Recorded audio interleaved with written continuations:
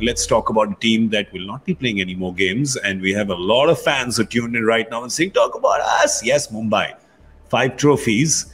And yet, at the end of that table, yes, it has been a really strange tournament for them. The number of losses, it was a record. It just kept going. You'd think it stopped now. It stopped at 4, it stopped at 5. Hey, they've done 5 before. It's fine. Then it became 6. It became 7. And Harsha, I think there was just one time where everybody said, all right, now it's even too late for Mumbai to come back. And I'm interested that you stopped at 7 because they then surpassed that and lost 8. Correct. They lost 8. And I think after a while, they were just done. I think matches 7, 8, that have just sat and said, what's happening? They look back. I think they were the team that suffered from that traffic light thing that I talked about earlier, not knowing what is their best side. Because Kieron Pollard's been a giant for them. Stay with Kieron Pollard. Oh, Tim David, he slogged one. Daniel Sams, he slogged one. Okay, let's put him aside. And then suddenly they discovered at the end of the season that benching Tim David was one of their biggest mistakes. But they have him next year. So it's unusual. Ishan Kishan, they didn't get anything from Ishan Kishan early on. He was just sporadic, and there you go. See, they've got the runs, but they haven't got the impact, right? That's what we're talking about. They've got the runs, but not the impact. He's got 418. Ishan Kishan not supposed to score at 120. Ishan Kishan an impact player. So if Ishan Kishan made 350, but at 150, you would have created that impact in that batting side. But you look all around, and I think there's 2 points. One is Bumrah had no support. You look in the previous sides, they had Trent Bolt opening, so allowing Bumrah to bowl at the back. They had one Aussie seamer always back up bowling 4 overs 30. Whether it's Nathan Coulter-Nile, whether it's James Pattinson, then Hardik Pandya will give a little bit, Krunal Pandya will give a little bit, one leggy. So they have 6 bowlers, Kieron Pollard will bowl. So it wasn't all about Bumrah. Bumrah's 15 wickets include a 5-wicket haul. And towards the end of the season, when you unleashed Bumrah with a new ball, he had everybody hopping. And there you saw the wow Bumrah again towards the end, because early on he had no support. But the bigger issue was that the Rohit Sharma of India has not yet turned up for the 4th year in a row, has not turned up for the Mumbai Indians as a batsman. No one's complaining about his captaincy, but as a batsman. Of course. And it gets covered when, obviously, when the team is winning and when they're getting a lot. But just to the point of the auction, let me give some numbers, right? So, Joy, what was it? With the 4 retained players, right? Then you get Ishan Kishan, which then leaves you with, so the 4 retained players plus Ishan Kishan leave you 32 crores to build the squad. Then you spend plus another 16 on... Then another 16 on Tim David and Jofra Archer.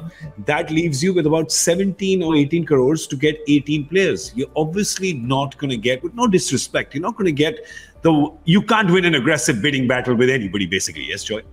Yeah, absolutely. And in fact, there are a lot of the players that they wanted, they didn't get. They obviously tried to go for Khalil Ahmed, didn't get him. They missed that good Indian fast bowler as well.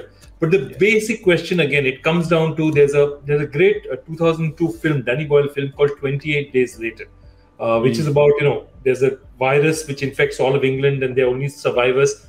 So 28 days later is exactly the time between... don't go there. Between Tim David's second match and the next time Tim David plays. He plays the 2nd of April, gets dropped. He comes back on the 30th of April. And after that is when they actually have a 50-50 record. It's basically Tim David's absence has made a huge difference.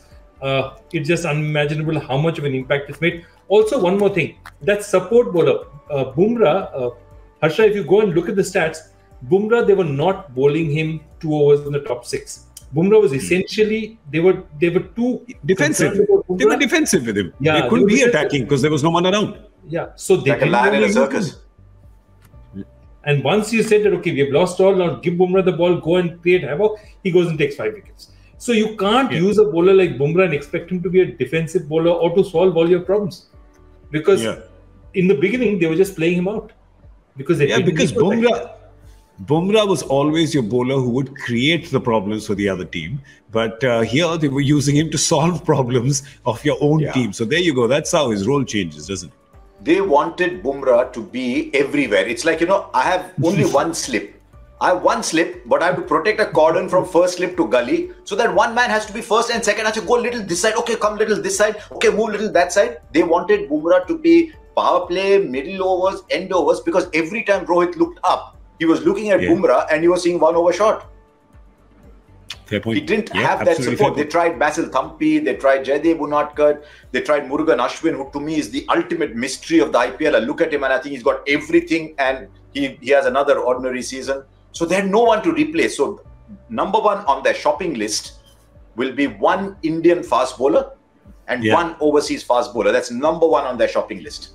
Where the money is going to come from, I don't know. Also interesting thing that they expected Unadkat to really have an impact as if pitches got slower and slower. But they didn't. The groundsman didn't get slower. That's right. Unadkat never got the kind of pitch. And Unadkat, the Wankhede, when he's playing as beautifully as it is, he's going to disappear, you know. Yeah. They expected a low, slow Katori ball is going to happen 5 matches in the IPL. They created such good pitches. None of that happened. Good things about Mumbai, though. Let's take those out for the fans, because there have been a few good things. And those predominantly have been the young players who have kind of risen to the top. And you go, all right, there's a good spine here for the future. I'm talking particularly about Devil Brevis. Ritik Shokeen was good. Tim David, of course, has shown us what he's made of. And Tilak Verma. Harsha? Yes, I think this team is ready. If Jofra Archer can get rid of his injuries, if his back is ready by December, January, if they can get him playing 2 months and come ready by March, then they've got the other bowler that they wanted. But you look at that top 6 again. Rohit has a good year next year. Rohit, Ishan, Sky, Brevis, Tilak Verma, and Tim David. Now that's a top 6. If it's 5, is a fantastic top 6. Towards the end, Daniel Sams and Ramandeep Singh showed that they can play 2 roles. Actually, Ramandeep can bat at 6 because he seemed a perfectly capable batsman at number 6, and he'll give you 2 overs, so he could do a little bit of what Hardik did. Yeah. Then you've got Daniel Sams, and then you pick one Indian fast bowler, one overseas fast bowler, and a wristy. That's what they're shopping for. Otherwise, if Kumar Kartikeya Singh develops, I'm not sure. A lot of people liked him. I wasn't 100% convinced, but their team will become ready. Yeah. Could they be playing a few strategic tricks next season? It's risky, right? You let go some of your 1 or 2 of your expensive buys and say, I'll try to get them back in the auction. But, well, I don't know how teams feel about that, Joy, that strategy. It's kind of tricky strategy, isn't it? Slippery slope. The thing is that releasing players after 3 years is okay, because you can't retain them. You can retain only 4 and all that. Releasing them now, expecting to buy back at the auction. See, the only players that you can look at, I think the only one question they have to consider is, I would release Riley Meredith and maybe find somebody who's a little bit more suitable. I mean, release Jaydev Unadkat, look for that Indian fast bowler. I'm sure that you're going to get somebody or the other. And so many bowlers have emerged. I think you will get another good prospect. The Mumbai scouting system is too good for them not to get this right again. The big one, which Harsha, you're talking about, is spinner. That spinner is what I feel that if tomorrow, next year, you have a tournament which is going to be played around the country, which hopefully it will be, all things said and done, then you will need, if you go to a Chennai or if you go to the other grounds, you will need a slightly more evolved spin attack. Right now, it doesn't look the part. Final question before we move on to the next team, right?